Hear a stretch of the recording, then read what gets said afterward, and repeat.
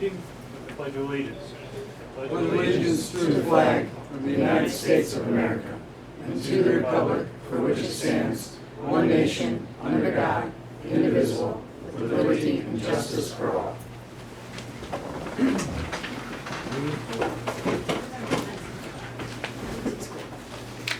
Stacy, will call the roll. Mayor Beal. Here. Trustee Bowden. Here. Trustee Hudson. Here. Trustee Richards. Here. Trustee Sandberg. Here. Trustee Sluse. Here. Trustee Sturgill. Here. Moving on to public comments. Do we have anybody who'd like to speak? I wrote down that I would. Speak now? Yeah. Sure. Yeah. Good evening, everyone. Thank you for giving me the opportunity to be here tonight. My name is Christina Clark, and I am the owner of Bang Hair Parlor. I just wanted to take a moment before any discussion to say how excited I am for the opportunity to bring my business to Peatone. This town means a lot to me and my family, and opening a salon here is something I'm incredibly passionate about. We've lived in this community for the past 8 years. We have children in the school district, and we've truly built our life here. Being an active member in the community has always been important to us, which is part of why opening a business here means so much. I've also been behind the chair for nearly 25 years, so this isn't just a new adventure for me. It's a career in an industry that I've dedicated most of my life to. Over the years, I've built strong relationships with clients, continued my education, adapted with the industry, and I've learned what it takes to run a professional and successful business. The mission behind Bang Hair Parlor is to create a welcoming and uplifting space where every client feels seen, valued, and confident. Through personalized service, creativity, and genuine connection, I want to bring out the best in every client while also building a strong sense of community. My goal is for the people to not only feel cared for, but truly at home. I'm not just looking to open a business. I'm looking to build something positive within our community. I believe in hard work, creating welcoming spaces, supporting other local businesses, and contributing to the growth and spirit of Peatone. I know owning a business takes grit, consistency, and dedication, and I'm fully prepared for that. I've put a lot of thought, planning, and heart into this, and I truly believe that Bang Hair Parlor can be a great addition to the community. I appreciate your time tonight, and I am happy to answer any questions that you may have. Very good. Welcome. Welcome and great name. Welcome. It's a fun name. Thank you. Long awaited. Thank you. I'm very excited. Okay. Anybody else?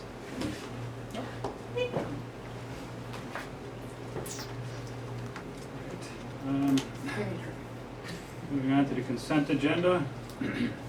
Approve the minutes of the April 27th, 2026 regular village board meeting and approve payroll and accounts payable. Payroll for the period ending 4/25/26. Administration $12,564.40. Police $53,951.11. Public Works $10,601.93 for a total of $77,117.44. Also for the period ending May 9th, 2026, Village Board $2,235.54. Administration $12,085.75. Police $90,367.73. Public Works $11,366.69 for a total of $116,055.71. For accounts payable for the periods ending March 31st, 2026 and May 15th, 2026. General Fund $182,173.56. Capital Improvement Fund $8,830.07. Business Development District $228. TIF 2 Fund $72,963 for a total of $264,194.63.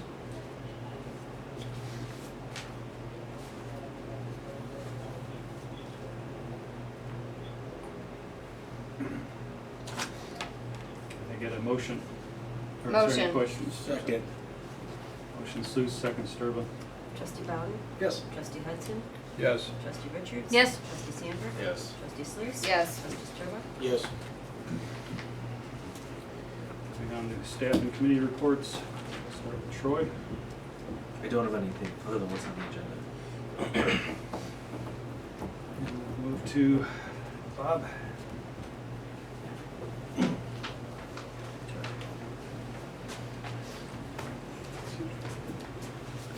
Good evening. A few things for this week and what's going on for this month. If you notice downtown, the hanging baskets are not out yet. With the weather, we kept them in the greenhouse. With the warmer days, obviously this week, all the pots downtown will be planted. Memorial Day banners are going up, flags are going up, so downtown will be all ready for Monday. RFP crack seal is out right now for the streets we've done for the last 3 or 4 years. I received 2 back so far for that. I think there's another week left, and then we'll bring that to you guys for approval. South Street, I know it's on the docket for tonight for approval. There's been a lot of question in regard to that project. I had the storm sewer cameraed. I was amazed with the cameraing and the finished product. That sewer looks like it's brand new, like it was just put in a week ago, and it's been in the ground a long time. So I know Nick will probably bring it up tonight too. But there's no reason not move forward with that project. So,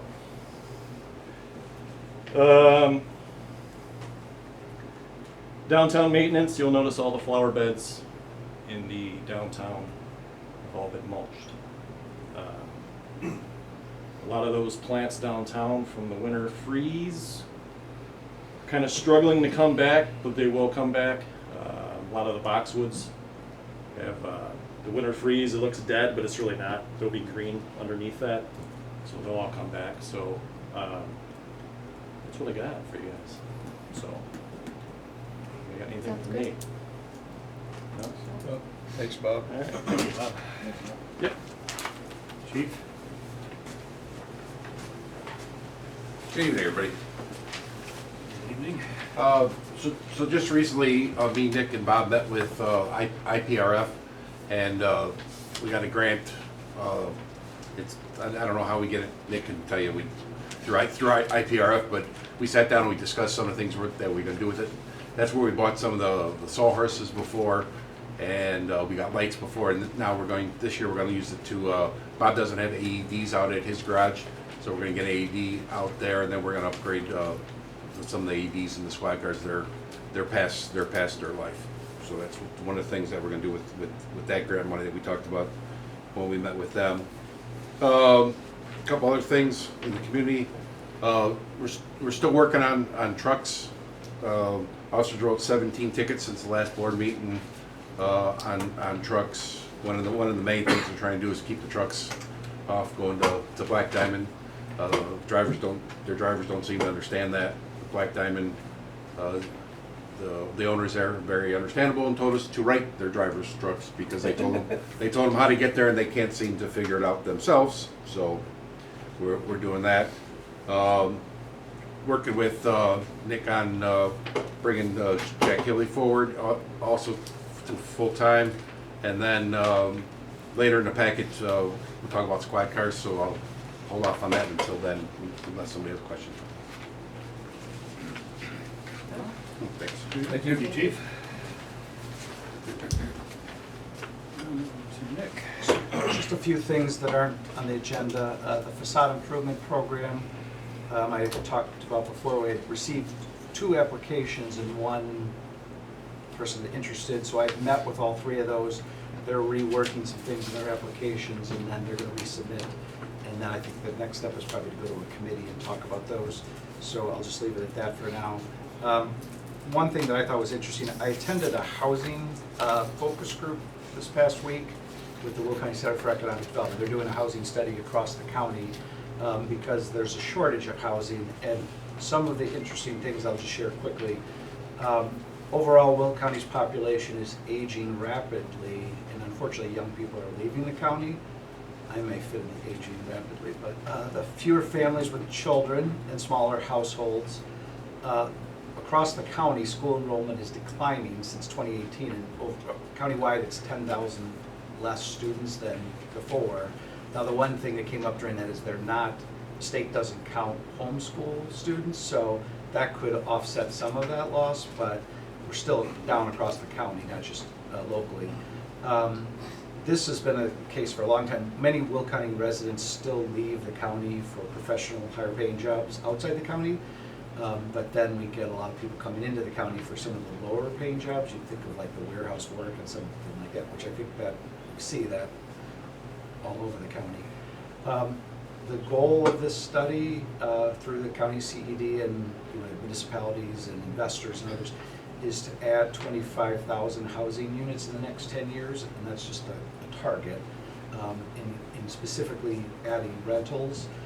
Because they've found in the study that there's an oversupply of larger homes, so 3 bedrooms or more, and a deficit of smaller units like the 1 bedrooms or the apartments. And I think that's kind of in line with what their data is about the shrinking families and stuff. So all just information sharing that, but that's an ongoing project with the county. Staff here is continuing to work on the BSNA, the new finance system implementation. I thank them for all their efforts because that's a lot to balance the regular work and this work, but it's going to pay off in the end. I just wanted to mention a couple things. It's not on the agenda tonight, but the Sportsman's Club. I did talk to the gentleman who's living in the former clubhouse out there. He told me that ComEd, he's been in touch with ComEd. They are prepared to install service directly to that property because now it's going through our property, but they can't do that until the well is set up over there, because if they turn off the power on the village side, the well stops working. And the well was a big issue, so he said the earliest he could get somebody scheduled, and he's got it scheduled, is for late July or early August, and he would update me on timeframes. But at that point, they will get the well set up on their side of the property, switch over the electric, and they will be 2 separate entities, so no crossover service. He did express some concern about people on the property, and he said I'm just leaving that to the village and others. He said he's called, there's been people out there, and he's called the sheriff's department, and I guess they came out, but anyway, that's all I have on that. And just on one positive thing, I want to thank Public Works. I mean, they do a lot, and I was joking with Bob, I saw these guys everywhere all over town. They're cutting grass, they're doing this, they're doing that, but they've taken on a couple other challenging issues this past week or two. Just the mayor and I asked them to pick up some debris that really probably wasn't their deal, but it just makes the village look nicer, and if they didn't do it, nobody else was probably going to do it. So I thank them privately, but I want to thank them publicly that they're really doing a good job of cleaning up the tree clippings generally, but some special cases, so, and some other garbage. So I appreciate it, Bob. Thank you. That's all I got for now.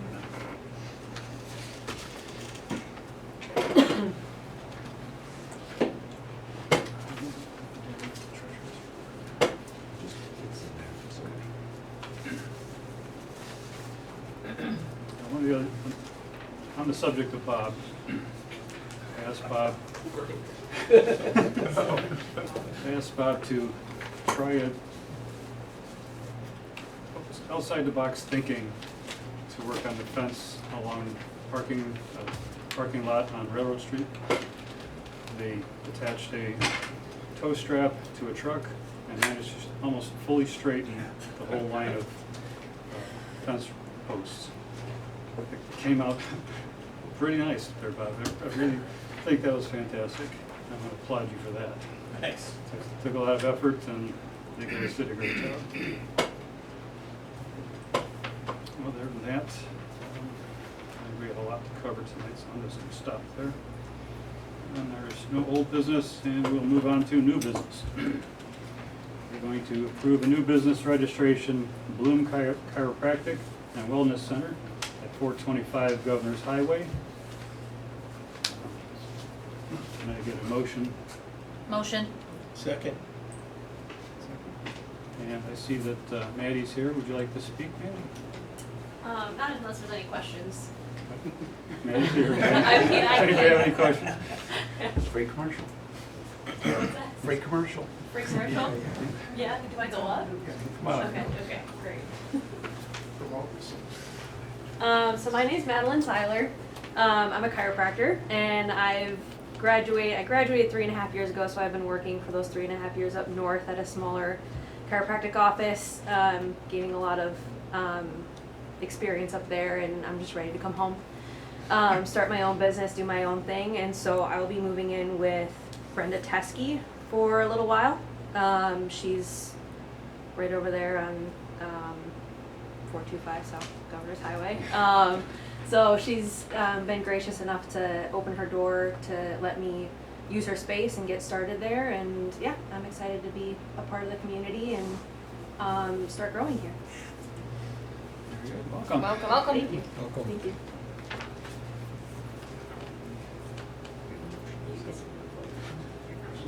Stacy, can I have the roll? Motion and second. I make a motion to approve. Second. Trustee Bowden? Yes. Trustee Hudson? Yes. Trustee Richards? Yes. Trustee Sandberg? Yes. Trustee Sluse? Yes. Trustee Sturba? Yes. Moving on to item D, approve new business registration for Bang Hair Parlor at 116 West Main Street.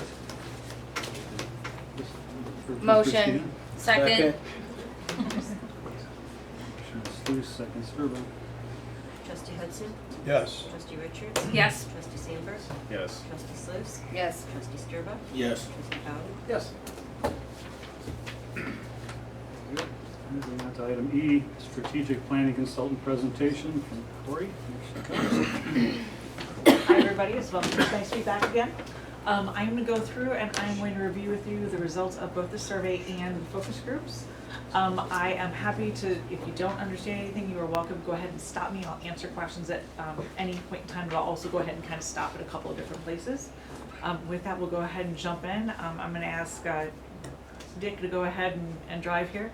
So we can go ahead and jump in. You can actually go all the way to number 4 because you guys know about me already. With that, who did we hear from? 89% identified themselves as a resident of Peatone and also heard from business owners and people who own property other than their Peatone. We only heard from 3% that did not identify themselves as being in one of those buckets, which is good. We heard from the people we wanted to hear from. You can go ahead and go forward. Oh, and 337 responses. I should have told you that. How long have you lived in Peatone? As you can see, 40% of the people we heard from was 21 years or more. That was by far the biggest response that we heard from. Go ahead. For whatever reason, women always have it when it comes to survey results. We always hear from more women than men, and that was true in your case as well. Go ahead. Age was a little bit unusual. We usually see more in the 45 to 54. I was not concerned about it, though. I would attribute that to some of the new development that you had. I think you're probably hearing from some of those people who've come in with those new development. So it is consistent with what I normally see. We see less in the 18 to 24 and 75 and older. It's kind of a curve there, which again is pretty consistent. We just saw a little bit more from the 35 to 44, which I would say is a good thing. You're hearing from some younger people who hopefully are newer to the community or are going to be in the community for a long time, which is helpful for strategic planning purposes. It's nice to have that balance. Keep going. We heard 93% identified themselves as homeowners, 6% renters. Makes sense. We see that with strategic planning. People who are homeowners are more invested in the community. They know they're going to be here for longer. 97% identified themselves as being white or Caucasian. You will see that those numbers add up to more than 100%. That is because people could identify more than one race or ethnicity. Does a member of your household have a disability? Only 15% identified that as yes. And 41% said they had 17 children 17 or under in their household, and then 25% said they had members of their household aged 65 or older. I'll be honest, I expected this to be a little bit higher than what it wound up being. So we did hear probably from some younger people when we were hearing in the survey, some households with some younger people. But again, it ties back to what we saw before with that one when we were seeing the ages. One of the things that I look for in the surveys is if the data is consistent with each other over time, and that's one of the things that I'm seeing here. So you can see kind of where the breakdown was. Most of the breakdown you can see was in that center and downtown area there. You can keep going. What do you like best? You could choose up to 3 options. Peaceful community is what they people talked about the most, followed by location and affordability, cost of living. What do you like best about living at Peatone? Sometimes word clouds are more helpful than others. I think that this one probably is pretty helpful. We didn't get a ton of responses on this one. I think that there was only about 20 in general, but small, quiet town, I think, is a lot of what we heard. Keep going with this. How important are the following to your quality of life? So these were the ones that were essential. You'll notice that public safety comes up on top. That is very consistent with what we see. Why? Because if you feel safe, quality of your life is impacted by that. So it's very consistent with what we see. Followed by schools, again, it's also very consistent, and also followed by affordability. So again, I would expect to see things like this when I'm going ahead and doing it. There's some other things in there though as well. Neighborhoods, housing type and quality, and then parks and rec area were all those that were essential, and that was the number, that was the top of the scale that they were able to choose. Here's where we start getting a little bit more interesting, because what we did with this one is that we took essential and somewhat important. So it's interesting here because we have one that winds up changing the data a little bit. Public safety is still on top, changes affordability and neighborhood appearance, but we also now have local stores and shopping that shows up when we're taking those two. Why do we do it? Because sometimes people don't see that much of a difference between essential and somewhat important. It's still positive results. So we look at it kind of 2 different ways. The other thing we want to do is we want to look at the things that people are saying, that's really not important. Public transit came up as something not important, as well as employment, expressway, and accessibility around the village. I am spewing out a whole lot of information at you, so I want to go ahead and pause for a minute and see, do you have any questions with what I've presented so far? You will have all of this to go over, and I'm available for questions later. So if you have questions later, you want to ask me on something, feel free just to shoot me an email. Keep on going then. How satisfied are you with the quality of the services or features? Very satisfied. Again, that was the most positive that you could say. Police, fire, and emergency medical, and then quality of life are all very much in line there. Again, we're just taking now that next slice down. We're looking at very satisfied and somewhat satisfied. Home property values come up quite a bit when we do it that way. Quality of life, neighborhood appearance as well. But overall, these are very nice scores on this. And again, if we're looking at that, you know, quality of life, you're over 80% on that, which says a lot about your community. So this is where we get into, again, sometimes we're looking at strategic planning. It's where do we want to focus our efforts and resources. So it's both. It can be things where it's already a strength, we want to continue to put efforts and resources there, but we also want to look at some things maybe where we have the ability to do things differently. That's why we go ahead and look at something like this. So how satisfied are you with the quality of this? Drinking water, we have got obviously a large number there that are indicating that drinking water is a concern for the community. There's a couple of other things though there that we could potentially look at as well. So school system, why do we ask about that? The reason why is if we don't ask, they will tell us anyway. And so being able to go ahead and put it this way, it allows everyone to go ahead and give their input on that. A lot of times there's confusion about how much impact the village has on schools. And so by asking the question, they can go ahead and just give us that information. But when we're looking though at some of this other stuff, the arts and cultural opportunities, parks and parks facilities, recreational program offerings, those might be some other things to consider. I wanna talk about roads for a second. Roads comes up often. There is often a lot of confusion when we're talking about roads, so this is one of those times where you guys really need to go ahead and kind of think through your own knowledge of Peatone. Because roads a lot of times may not be your roads. There's a lot of confusion, right? Are they Peatone roads? Are they county roads? Are they state roads? So that really can factor into that. I will tell you as a former 911 dispatcher, a lot of times people have no idea who's maintaining the roads. So they just kind of lump it all together. So do kind of look at that with that critical eye. They may not be talking about Peatone roads, but they may just be talking about roads in general. Go ahead. What are the 3 most important things for a strong and healthy community in the future? Sense of safety and security. Again, very consistent with what we see, but it makes sense. High quality schools, again, very consistent with what we see. This is something interesting though, new business development. That isn't necessarily something that I necessarily see that comes up at the top on the survey, and I do this on a pretty regular basis. I probably get this survey 12 to 15 times a year, maybe a little bit more. And that's not something that normally comes up within the top 5.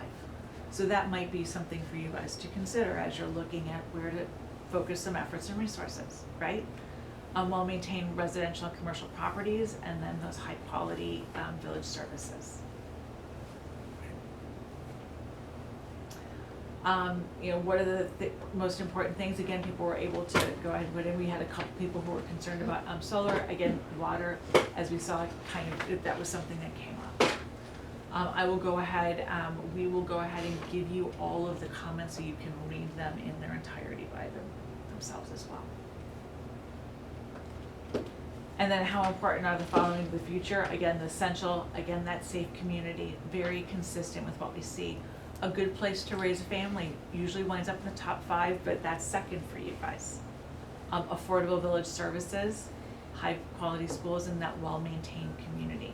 That good place to raise a family is probably a little bit higher than what I normally see it coming in second, but it's always in that top 5. And again, kind of taking that second slice at it, if you look at it that way, those affordable villages services actually winds up going up a little bit by going ahead and looking at it that way. That safe community though is clearly a priority. If you look at that, that's 98%. How important are the following to the future of Peatone? Now this is interesting because I want you to look at that top one for a second. Just put a little pin in that when we get to the focus group information. Some of the other things that people are saying, you know, not very important, not at all important. Broad range of employment opportunities, diverse set of shopping options. I want you to note, sometimes there's a little bit of a conflict in the data. We were talking about new business opportunities, but not necessarily a diverse set of shopping options. So that might be a place for you guys to go ahead and maybe get a little bit more information. Or it may just be that the ones that didn't care about it weren't the ones who wanted more businesses. Go ahead, next one. How much do you agree or disagree? I'll let you guys go ahead and read through this. This is pretty consistent with what I normally see.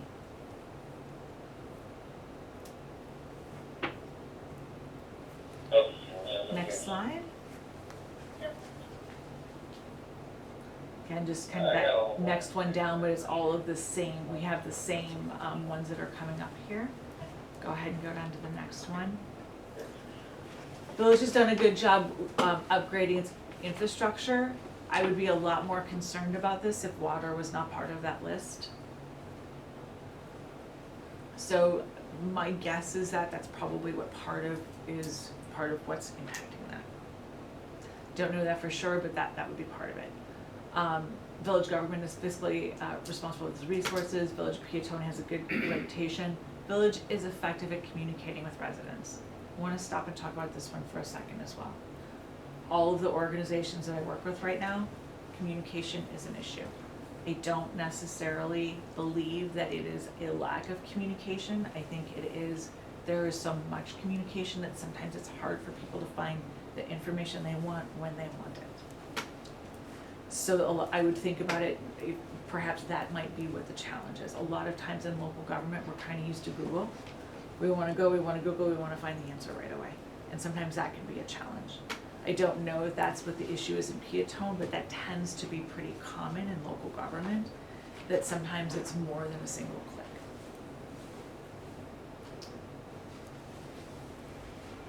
And then this was a custom question that you guys had, is that seeking to create new revenue sources. So by far, focusing on small business, local business recruitment was the one that came out on top at 70%.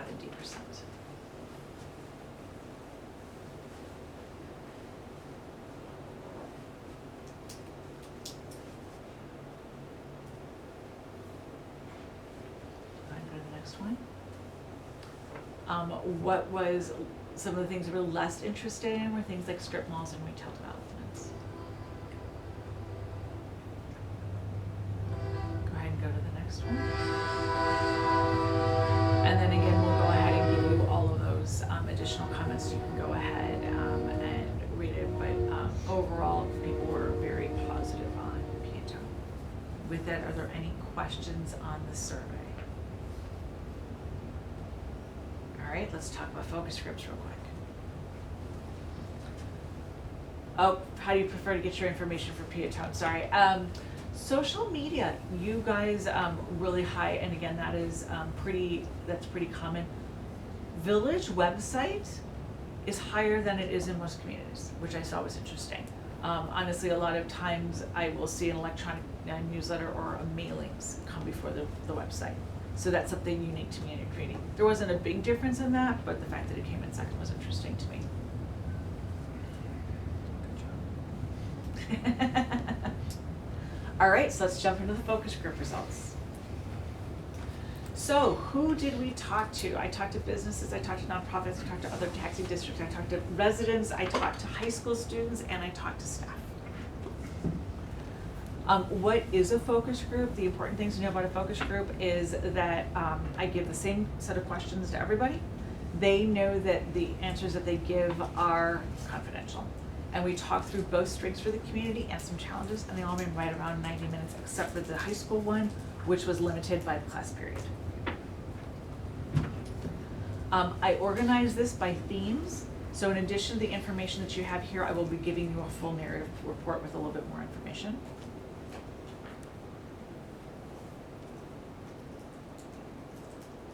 Keep going. Yep, these are the questions that everyone was asked.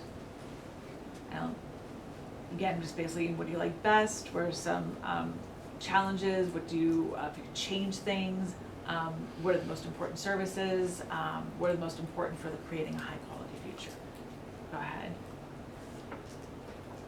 There were 7 major themes identified. 4 appeared in all 6 groups, 3 in 5 of the 6, and then there were 2 groups with some unique themes, employees and students. I'm not going to read through all of this because part of this is that I want you guys to be able to use this in preparation for the strategic planning retreat.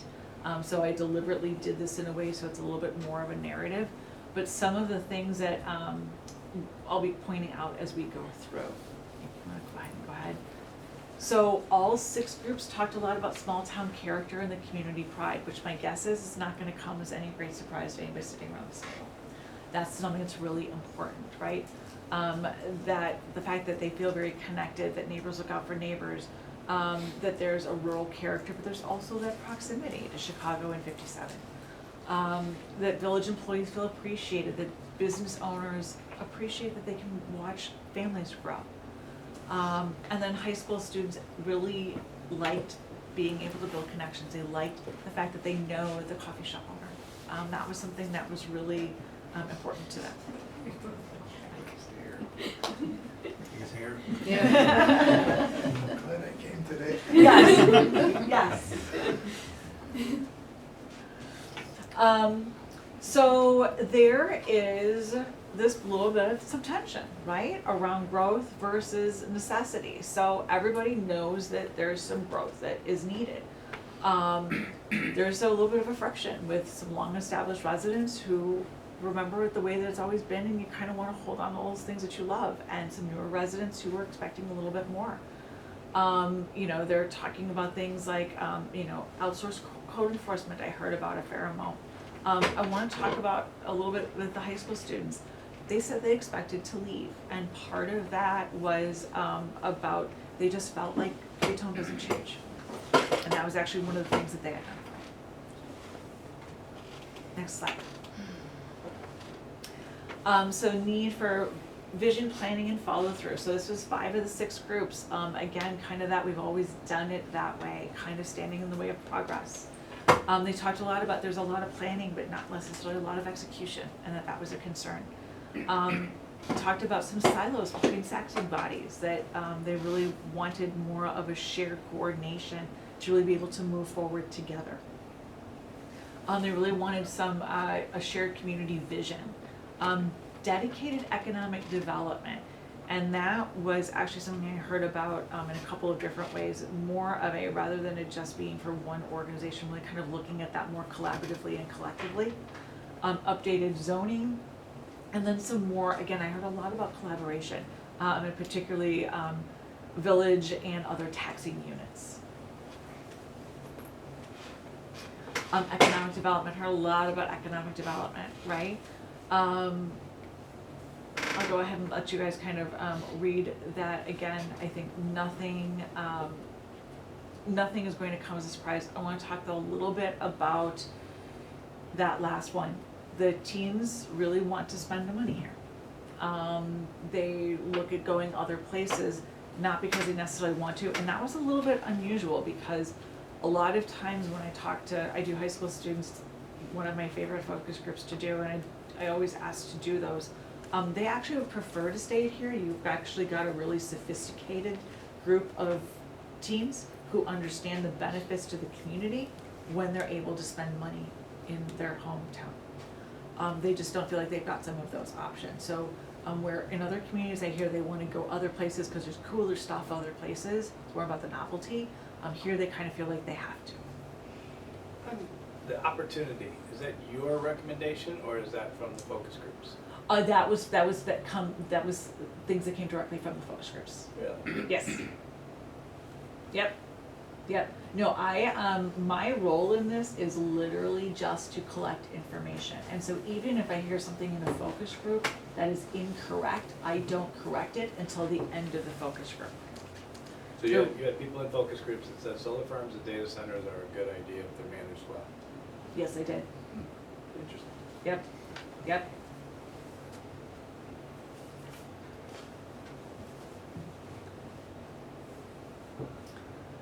So we're talking about youth and families.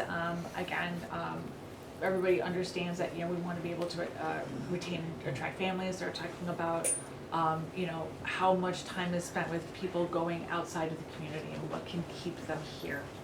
And there were some ideas about that, some updated parks, maybe some events, and then again, you know, what can we do to really keep people in Peatone?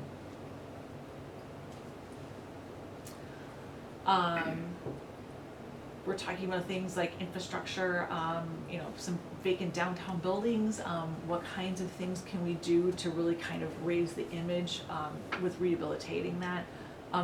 There was some interesting conversations about Route 50 that a lot of times that's the first view that people have of the community, and it may not be the best welcome. So those were some of the things, and then some signage. And then there were a couple of things that were specific to employees.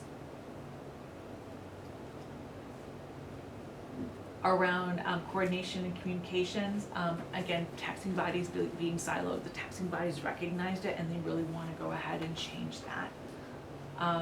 That sometimes new businesses and new residents could fall through the cracks just because there's not enough of a coordinating with onboarding. And then some things around, you know, coordination among those taxing bodies. I know that there is some already, but more of a structured and dedicated effort for that. Next slide. And then some things specifically from the employees. there's concern about the cost of turnover, not only in terms of the actual monetary, but also the institutional knowledge that leaves when they go. Again, Public Works building, along with police space needs are a concern. And then, again, talking about projects, just wanting to make sure that projects get done. And then students, remember I told you to put a pin in that one? Then I'm gonna take the pin out a little bit. So I want you to look at this one. I had a really interesting conversation with the high school students because they actually are looking for more diversity in the community. That's actually one of the things that they want to see Peatone become welcoming to all sorts of different people. And it doesn't necessarily have to do with just race and ethnicity, but just all sorts of different things. We're looking at just being welcoming in all sorts of different aspects. So I think that there's might be a little bit of tension, right, with some of our established versus what our young people are telling us that they want in order to be able to come back and to stay in Peatone. And again, it's kind of that generational shift in values, which I'm seeing in some other places as well. They were also, though, talking about there's not a lot of places for them to go. A lot of businesses cater to adults, and that the sports facilities, they were hoping for more. So a lot of them said they would not return. They really want to see change. That's really, they're looking for a community that is open to change. I think they are looking more for the openness to change, really, than anything else. Not necessarily they're gonna walk down the street and see all sorts of brand new things, but just that they are seeing movement. Next slide. What is this? Peatone values, understands challenges, but is also kind of ready for that path forward. And there was a lot of strong consensus amongst a lot of the different groups, particularly around things like new businesses, things like that. There are some strategic priorities that they identified. And again, I will have a longer narrative report available for you as well. Do you have any questions?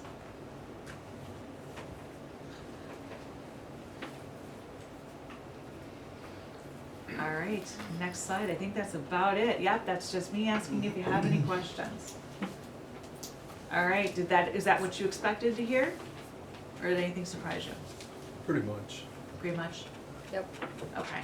Sometimes it's nice just to have a little bit of information that backs up what you already know, particularly because having someone come in, I don't have a horse in this race. I don't live here, and everything that they told me, particularly in the focus groups, they were told it was going to be confidential and they would not be identified. So that's one of the hallmarks of a focus group, is that they can be very candid. So thank you so much for having me. I believe that we need to have a quick conversation about schedules. Everybody's favorite topic. So,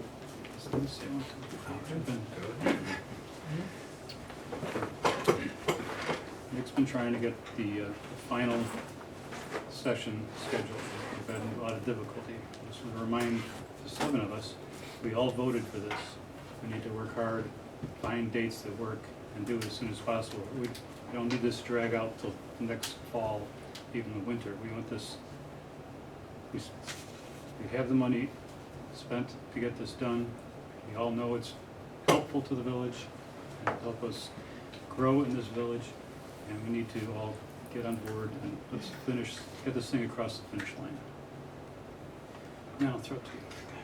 So I appreciate this is a tough time of year because it's summertime, end of school, and people have vacations planned and stuff like that. So we've tried Saturdays, which just didn't really work for a variety of reasons. We talked about doing back-to-back nights, and unfortunately, we had a split almost on every day. Half of people come one, half come the other. We talked about 1 week and then the following week. That didn't really work either. So Corey and I brainstormed a little today and just wanted to test the waters. One, could we do this during a weekday?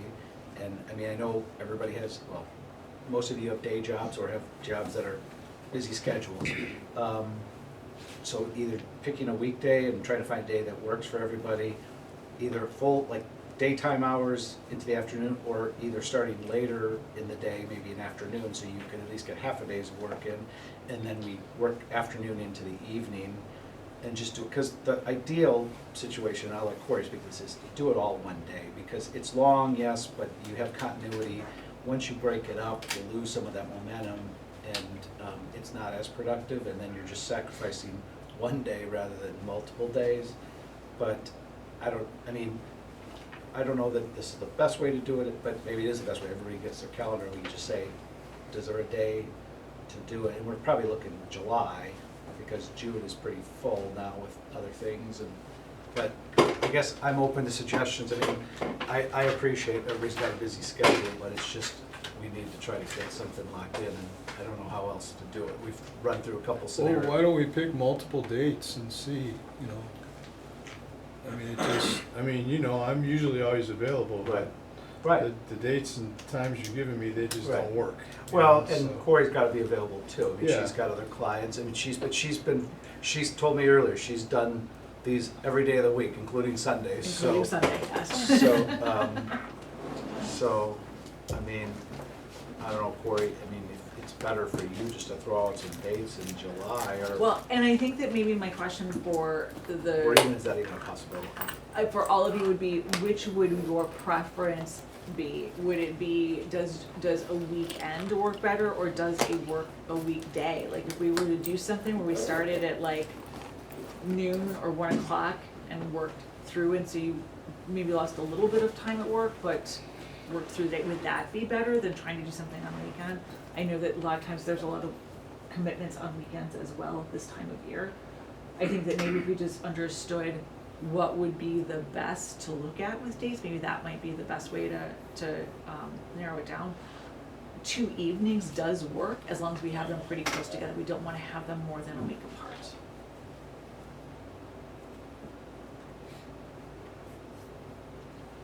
I mean, I can do a day, a weekday. I do weekdays after 4. Okay, I get off work at 2, and depending on traffic, come back from the city. okay.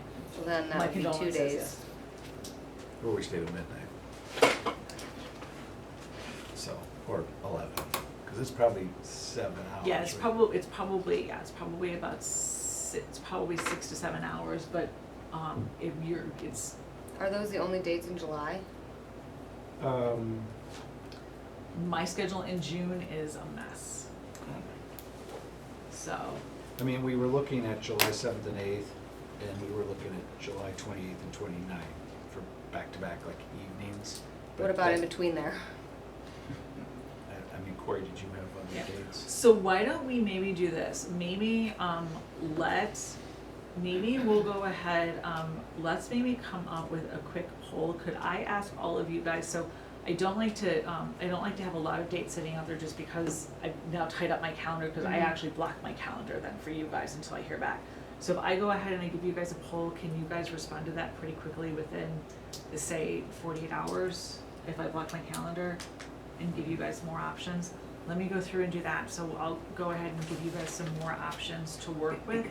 And if you guys can go ahead and give me, yeah, within 48 hours, I'm happy to do that. Like I said, I just can't have my calendar blocked for a week or 10 days or something like that. That's my only hesitation, so. Maybe this is weird, but can we just do a raise of hands now with some dates? I'm not sure if you've got the availability to do I that. can do that as well, my friend, yes, Okay. I'm happy to. Should However we we at least can, narrow down something for you? yeah, however we can do this, I am good with. I'm okay with raising my hand.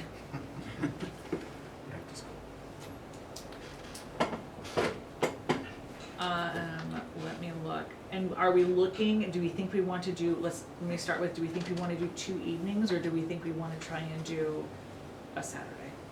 Not a Saturday. Not a Saturday. I'm okay with the evenings, and it looks like just Nick, your schedule. Yep, So- okay, so I'm hearing 2 Saturdays. No, No. 2 evenings. No. I'm sorry, that's what I meant, was 2. And That's what starting I at meant. like 4 or 4:30, are we thinking, or do we start later? 4:30. The earlier that everyone can be here would be the best. but I So, heard at just least one four. person. I could tell you 3, but I don't know Yeah, what Ryan's right, gonna right. do. So I four. mean, there's days it takes So- me, so- on average, 54 minutes to get home, but if there's one accident, it's an hour and 40 minutes. Yes. Depending on the day, was that 4 o'clock gonna work for people? I mean, I guess the day is a big, depends, but. I Yeah. mean, if you guys wanna start at 3, even if I come in a little bit late, if all 5 people wanna do it. Well, I if we're mean, doing 2 days anyway.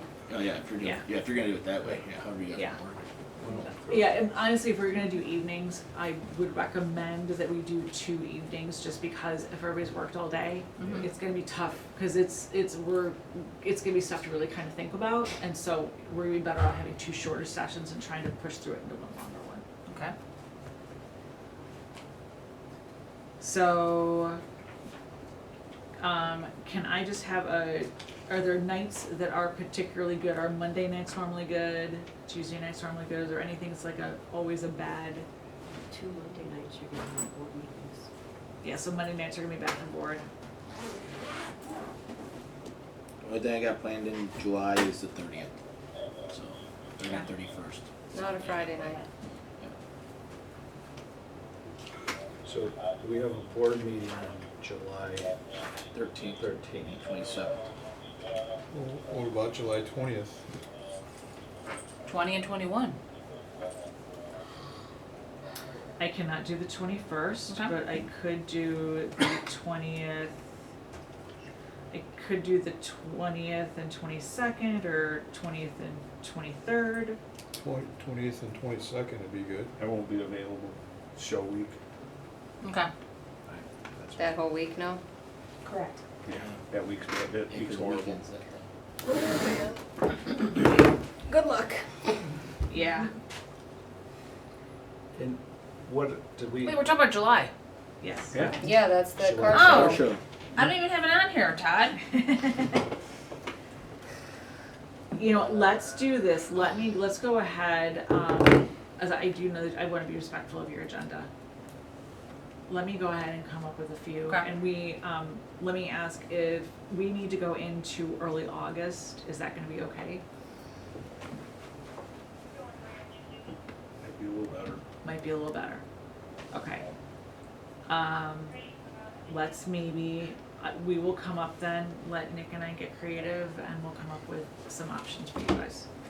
Okay. Okay, Thank you. thank you. Thank you, Corey. Hey, at least we narrowed down 4 o'clock.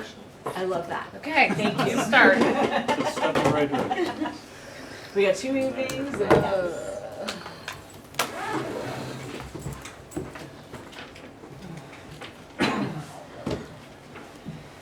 All right, we are gonna move on to item F. Approve the Conrad Storm Sewer Project Contract Payout Number 5, final, in the amount of $8,830.07 to Iroquois Paving Corporation. I get a motion. Motion. Second. Motion Hudson, second Sturba, and Troy. Can you give us a little info on that? Sure. There was a 1% retention left held over the winter to make sure the grass was restored. So the contractor came out this spring and they fixed some grass where it didn't grow, or there was some material stored. So that's been fixed. So there might be some other spots with grass, but that was the utilities, that wasn't our contractor. So I think Bob might take care of those, or probably already has. So this was just release the retention, no new costs. Very good. Can I get a roll call? Trustee Richards? Yes. Trustee Sandberg? Yes. Trustee Six? Yes. Trustee Sturba? Yes. Trustee Bowden? Yes. Trustee Hudson? Yes. Moving on to item G. This will be resolution 26-R-08. Resolution authorizing the execution of the IDOT MFT resolution and agreement for resurfacing of East South Street and South 4th Street in fiscal year 2027. Can I get a motion on that? Motion. Motion Sturba, Second. second Richards, and Nick, give us a little info. So we've talked a lot about this on and offline, but this, just as a reminder, this was in our capital improvement plan, and the original plan was include South Street from 2nd to Route 50 and 4th Street from Corning to South Street. There were some concerns raised along the way about issues along South Street. And so during that process of due diligence, there was an extensive amount of investigation, but a reasonable amount, I think. Aqua did camera their sanitary system along there. And the village, as Bob mentioned earlier, cambered the storm sewer, and the storm sewer was in excellent condition. So that gave us some relief and lessened the concerns. And this, just like I say, is part of our due diligence. We did meet with Aqua on Friday, this past Friday, and they told us they have no planned maintenance. Obviously, if there's an emergency work, they're gonna go in and do the work. We did talk about, we requested, with help from Robinson and their water expert, that despite Aqua sanitary looking in pretty good shape, it could use some grouting, probably would be much better off if they lined it. So we asked them, would you consider that? And they said, well, not this year, but they're beginning a 5-year plan of lining systems and things like that, which I've been told by the people who know that would extend life quite a bit and make it much more solvent. So they said, well, that isn't really a big area to cover, so they wouldn't want to just do that. And I told them I'd be okay if you did the whole east side of Peatone, that'd be all right. So they laughed and they said, well, we'll see. But they're starting that work. So the good thing is, if there aren't any emergencies, they could do that work after the fact without excavation. They could just go in and grout or caulk and line. So they seemed open to that, and that they are working on that plan. So after all that's said and done, Bob and Troy and Robinson's experts, we feel like the initial concerns have been mitigated by this research, and that's all we can do, is we do the due diligence and we recommend it to you. And so I think we're all in agreement. We're recommending this project to move forward. Before I ask it, if there's any questions, what was in your packet, and I left a copy of your desk and highlighted it. The project is targeted at less than 500,000, but we rounded up. But on the original document, the resolution for improvement for IDOT, we had 500,000, which is kind of the larger than hopefully cost. But we corrected that because it's 330,000 that's coming out of the MFT, and that's what we're reporting to IDOT. The rest is coming from local sources. So this is just a minor correction, but if we can approve this, the motion should be to approve as amended for this document, and that just keeps us on the straight and narrow with IDOT. It does highlight the point that we've consistently had to pull from other sources to make these projects go, but we do the best we can with what we've got. So, but that's the only correction. So if there's any questions, our team of Bob and Troy and I can try to answer if there's any questions.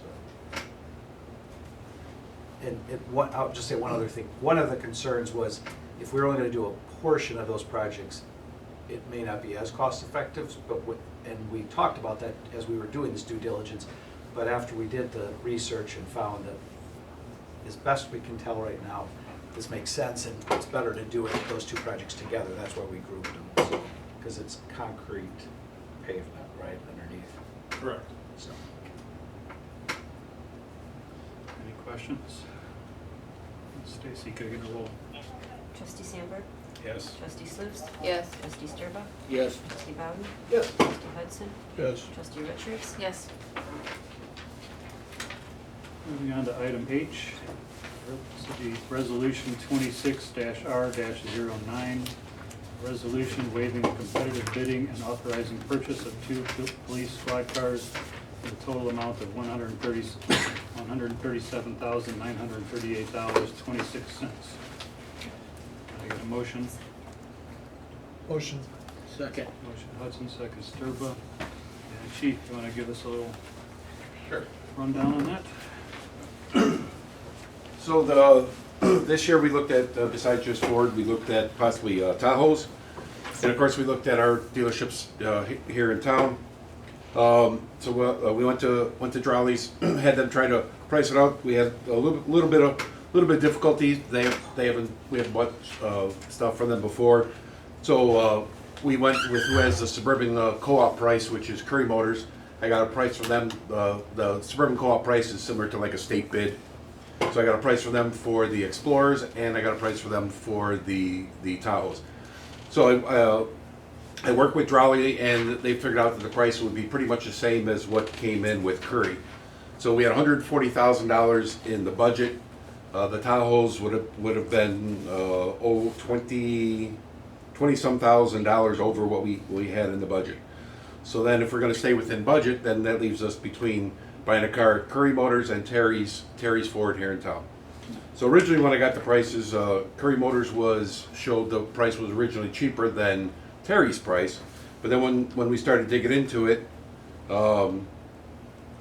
Terry's included what Curry's did not. On page 2 of the thing I gave you, things that you need for a police car. So Terry's had the stuff that Curry didn't, and Curry you had to pay more for rear door locks, noise suppression, the headlight package, a spotlight, which you think would come with a squad car, but if you buy it from Curry, they charge you extra. So when you actually add all those extra items on it, Terry's comes out to be the cheaper price. And then I went back to Terry's and asked them to add a 7-year bumper-to-bumper warranty on it with a $0 deductible. It was $2,015 for bumper-to-bumper because we're a government agency. It's almost half price compared to if you were to buy it for yourself with the $0 deductible. So then if you were to approve buying it at Terry's, it's including the upfitting. And I figured the upfitting for the Tahoe and the Explorers, they're about the same price, and I just did it across the board because it'd be the same no matter where we bought it from. But if you were to approve it from Terry's, it's $2,000 under budget, and then Curry Motors at $17 under budget. So Terry's came out to be ultimately the lowest price when you actually get what we need to have in the squad cars. Excellent. Do we have to waive competitive bidding because, I think because we didn't do a sealed bid ourselves. Oh, sealed bid. But Okay. But we essentially bid it all out. Well, You bid it. somebody's bid it out, like the state bid or the Yeah, cooperative bids. the Suburban Co-op is who Curry does it, and Terry's has beat what the Suburban Co-op Yeah. price actually So is. they're better than the bid. They're better than where it actually went out to bid. So And that's, I did a little research on this, it's becoming pretty common that people are, rather than doing it themselves and incurring the cost and the time to do it, when you have these cooperative bids, that some people are buying 20, 50 cars at a time, they're just going through the bid, but for us, when we have local people who are able to beat the state bid price or the cooperative bid, that's even better for us, and it's Yep. recycling the money. And they're in our town. Yeah, right. Got it. Any other questions on? No, All right, thank you. no, the Thank you. motion's still good. Roll. I didn't get a motion or something. President Sturba. Trustee Sluse? Yes. Trustee Sturba? Yes. Trustee Bowden? Yes. Trustee Hudson? Yes. Trustee Richards? Yes. Trustee Sandberg? Yes.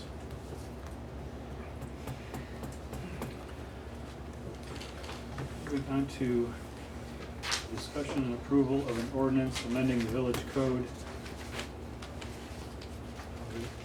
Code of the Village of Peatone to add a new chapter 102, special event permitting, and make other corresponding amendments relative to the comprehensive special events permitting system.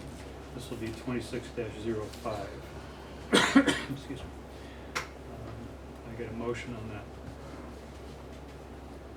I'd just like to say something. I think this is something that needed to be done a while ago. And it's good to see we're moving forward on it as the person that puts on a special event. I do have some concerns about certain parts, but as any new ordinance, there's gonna be growing pains, and we will have to figure those out as we come across them. I do recommend we go with this, and I think it'll be a good thing in the long run. I would like to see some other stuff, maybe on the back end for larger events, but once again, it's a work in progress, and it's something to be added to down the road. Do the motion. Motion. Second. Motion Sandberg, second. Hudson. Oh, I'm sorry. So I appreciate Trustee Sandberg's comments. I echo a lot of those. For those who haven't seen this, because we've done a little bit of work on this, this is establishing a uniform process for permitting special events, protects public safety, village infrastructure, allocates village resources responsibly, provides clear authority for operational conditions enforcement. So it gives the chief and I certain abilities to make decisions if things go sideways.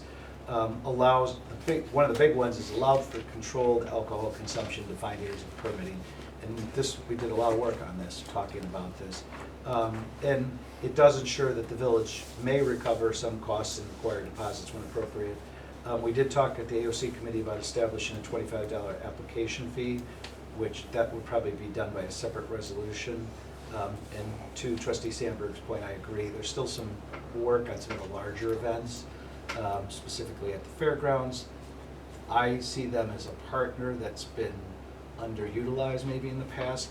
And as I've mentioned before, we've had some meetings with the fairgrounds, the hotel, the chamber, and the village, and the tourism folks to try to promote. One of the shortcomings is promoting people staying at the hotel, and people, all those people, tens of thousands that come into the village, both for the fair and for other events, promoting our local businesses and trying to get them. They may not go that day, but if we can promote it, and there's some things in the works on that. But I think the goal is to bring more people into town and keep those partnerships, and this is a good starting point that we will improve as we can going forward. But I'm sometimes want things to be perfect, and I'm glad we're moving forward because I think this is definitely a huge step forward. So. Definitely. Sandberg. Can I get a roll? Trustee Sturba? Yes. Trustee Bowden? Trustee Hudson? Yes. Trustee Richards? Yes. Trustee Sandberg? Yes. Trustee Sluse? Yes.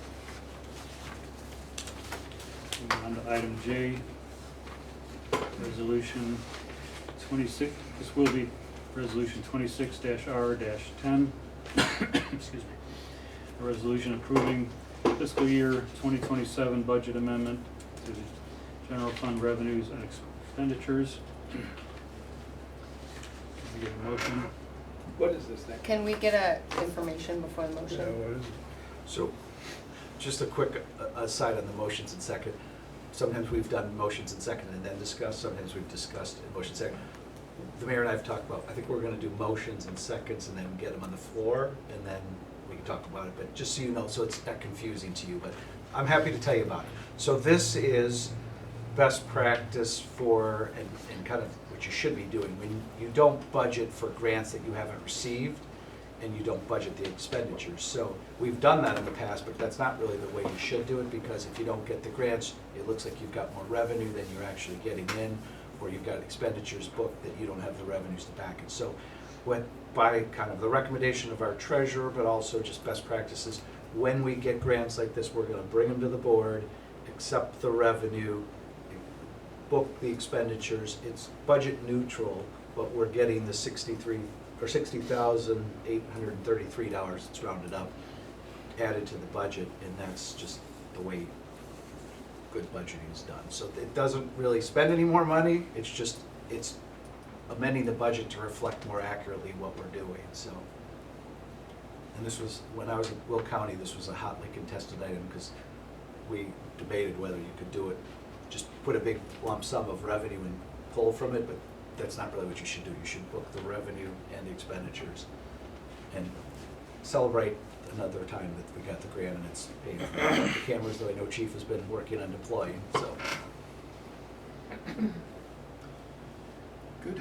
Any questions? Can I motion? Motion. Second.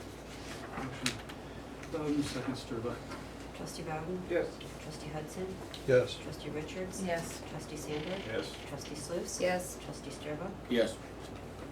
Item K, we're going to open the discussion for keeping chickens within the village.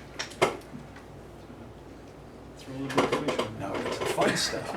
So in May 22nd, 2023, the village passed ordinance 2310, which approved keeping of chickens in the village, and that ordinance had a sunset date of June 30th, 2026. And I will read quickly, sunset date, unless such date is extended by the Board of Trustees, the permissions provided this by this section shall sunset on June 30th, 2026, after which all licenses for the keeping of chickens shall terminate upon the end of the then current license period, and no new licenses shall issued. So the question is, we're not deciding tonight, this is a discussion, but do you all want to send this to a committee? Do we need to have discussion about it? Do we want to put it on the board for an extension or not? This has not been widely adopted here, but it's not also, I don't get complaints often about chickens, so. How many licenses do we have? One currently. Can we grandfather that one in? Just do it that way? I mean, I don't know legal, I mean, you probably can. The attorney's right next to you. Well, yeah, you could, I don't know if that works for you. In other words, you want to grandfather the current one license but not allow any more? Is that the idea? It's a proposal, it's an idea. Yeah, we can do that. Why don't we make sure that's doable, because we have to still take board action on it. I didn't know there was even one. What, an ordinance? No, I didn't even know there Oh, was one one license. One license. Yeah. I know there's other chickens in town that I've heard of, but I've heard that. it's hearsay. I'll leave it at that, is best. Chicken scratch. Yeah, But- I think there are, and we're going to talk about that probably in the next item, so. Probably. So. Yeah, So- and the other issue you have if you do that is when somebody else wants chickens, they're gonna say it's unfair. Because you already grandfathered somebody. Yeah, because you're letting somebody do it, but now you won't let Right. me. You set a precedent. Yeah. Yeah. So the direction is to, I have no problem with chickens. I mean, they could, We could they leave can it keep on. it going, yeah. I mean, I guess the question, and this, we could send this to a committee, but I don't want to belabor this if it's, because I know this was a very robust debate. The other question is, do we extend it for, if we're going to extend it, well, I guess I heard the direction is just grandfather, if we can do that, we can just do that. If we want to extend it, what would we want to extend it for? Another 4 years. I would say, I would like to Whatever. extend it for 4 or 5 years, because the next administration, Might you think never know or differently. not, you know. There might be issues, and you want to give them an option. And the benefit of it, sunset, is you can always cancel it out. I would like to leave it at sunset. Yeah, so put a sunset but extend it out. So why don't, we'll do some talking with legal and can talk for the June cycle, but we just need to do it in June so that we don't have a gap. I'd prefer to get a resolution one way or the other, so.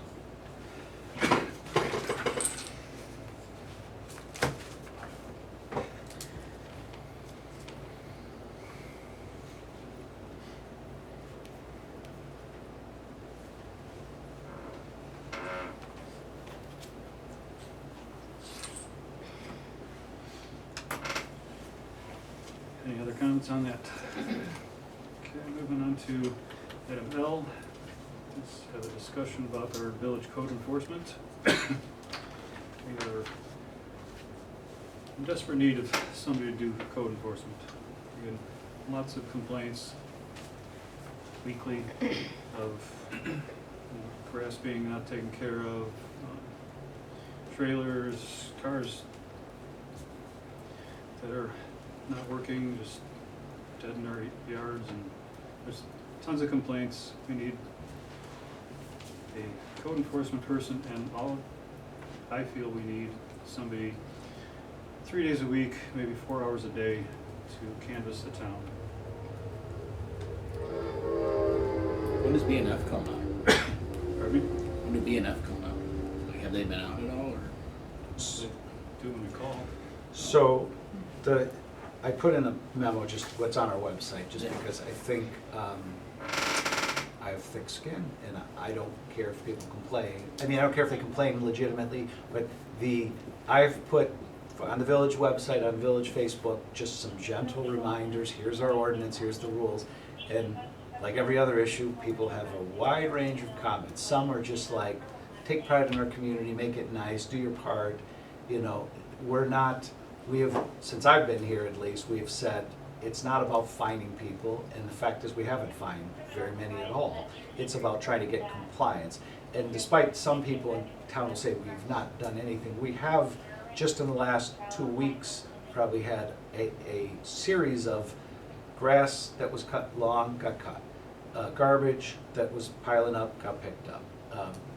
But the issue is more use of our resources, our staff resources, my time, the police department's time, public works if we use them.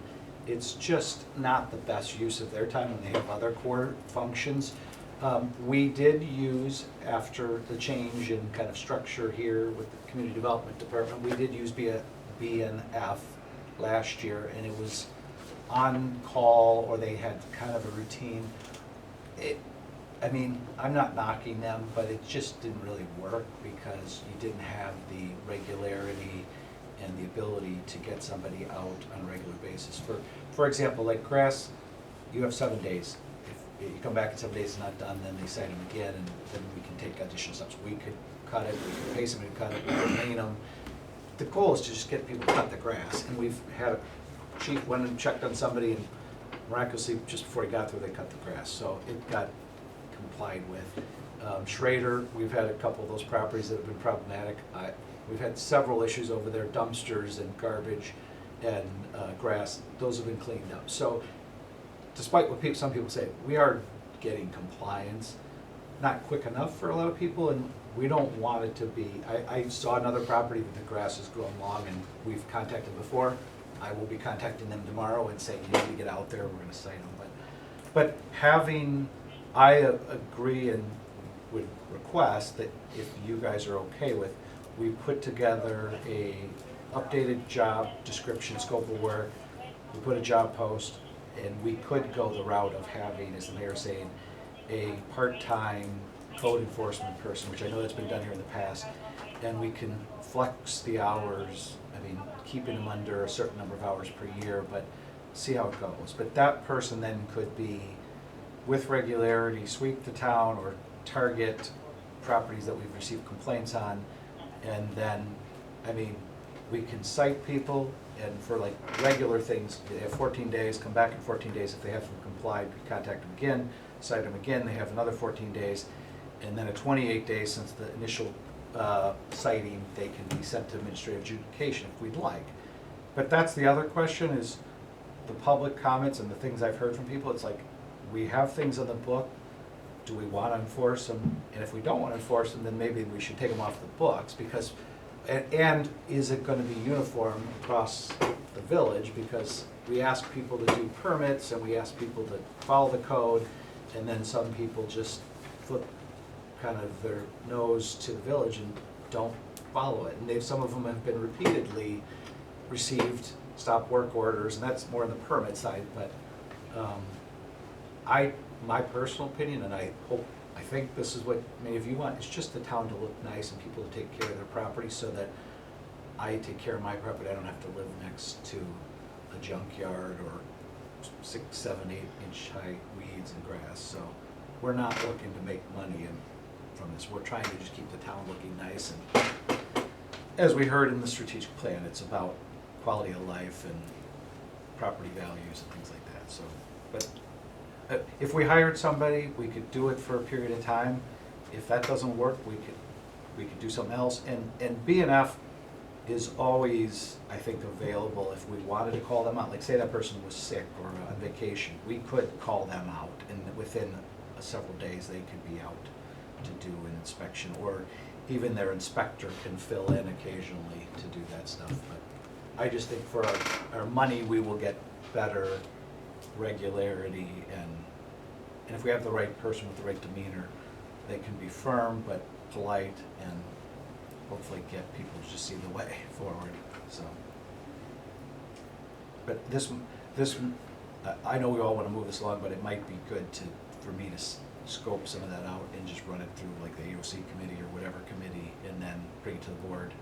Well, I don't think you need to approve this to post unless you really want to, but when we post and hire, or recommend a hire, the hire would come back to the board, I believe, for approval, so, unless you wanna do something different. I support it, I just wouldn't, I think if we hired somebody, I wouldn't want to use BNF anymore. I'm just saying if we needed it, that's just a backup. Yeah. We're not gonna continue to pay, we're not gonna pay twice. Right. I don't see BNF as being cost effective. And on the other hand, I also see that the majority of your complaints that you get through code enforcement happen between probably the end of March till the end of November, when people are outside walking around. Right. You know, basically during the winter months, if you hire a part-time guy and he decides he wants to go to Arizona for 3 months, have a nice trip, because we probably aren't gonna need you. Because you just don't get a lot of code violations during that time period during the winter. Most of them are summertime issues, weeds, grass. It's basically just a seasonal position. Well, and that's why BNF was doing sweeps last summer, but we stopped in the late fall because of that exact reason. But just for your information, they were out last week, and they did document and took pictures and did a much better job because the boss was training somebody, but I have citations ready to go out tomorrow for properties. And it's not an immediate fine, it's saying your property is not compliant and you need to get on it. So we're gonna send those out, but going forward, I tend to agree that it's not the most cost-effective, or just, it's not as efficient to get. Like if we had somebody who was more local, they could get out and at a short notice, if we had a bunch of complaints, we could get them out and. I'm on board with it. I say, send it to a committee and bring a recommendation to the board. Go from there. I will, with that, bring kind of a budget, because we had money budgeted for BNF, just generally for permits, inspections, and code. So I will bring that, just so you have a sense of what we have available for budget too, so. Any other comments? Moving on to questions from the press. No, I can ask later. Any correspondence, communications, petitions from anybody? Just, are we making any headway on downtown speakers at all? I know there's been a lot going on. Yeah. So I mean. Yeah, no, fair enough. Question. I did meet with the vendor a little while ago, and I need to follow up with him, because he was gonna give me a price, but I would like to, well, I'm gonna try to say, in June, get a bid document ready to go, because I think we should bid it out. But I don't think, as I said before, it's not as costly, or at least what the more recent vendors I talked to, as originally was talked about, so, but yeah, I'd like to, I will try to prioritize that. Well, it was in the budget, so just. Right, no, I wanna get it going. I mean, we talked with Troy, and I've talked to some of you, but since everybody here, the same thing. In the design for the downtown was there's conduit run, but it's not gotta be, the wire's gotta be pulled to the spots. But we walked 2 weeks back, this vendor came to town, and they've had experience in several other communities that have speakers, and walked the town and looked at, and the thought was that we would have a control. This was one of the sticking points before, and then it kinda got just back burnered. But the box at North and Second could potentially be there, and we could either go wireless, or we could have a wired cord out of the box there. It probably needs a separate box there, but that to me seems like it's central for a lot of the things we do in town now. And so it would be easy to get to, and for like Christmas in the Village, or the car show, or some of the other sip and stroll, you'd have, if the parade, you could have speakers and use that if we're gonna do it for all those things. So you could have a microphone and or music. The challenging thing of this, and I asked, and Bob, you were with me on that, is how do you decide what music to play, when do you play it, like, and they kind of get around that where they alternate music, or have like subscription services where you have different types of music, but nothing too out there, so Cirrus or, Yeah. was it During the Spotify? holidays, you could have Christmas Stuff like themed that. music or holiday music.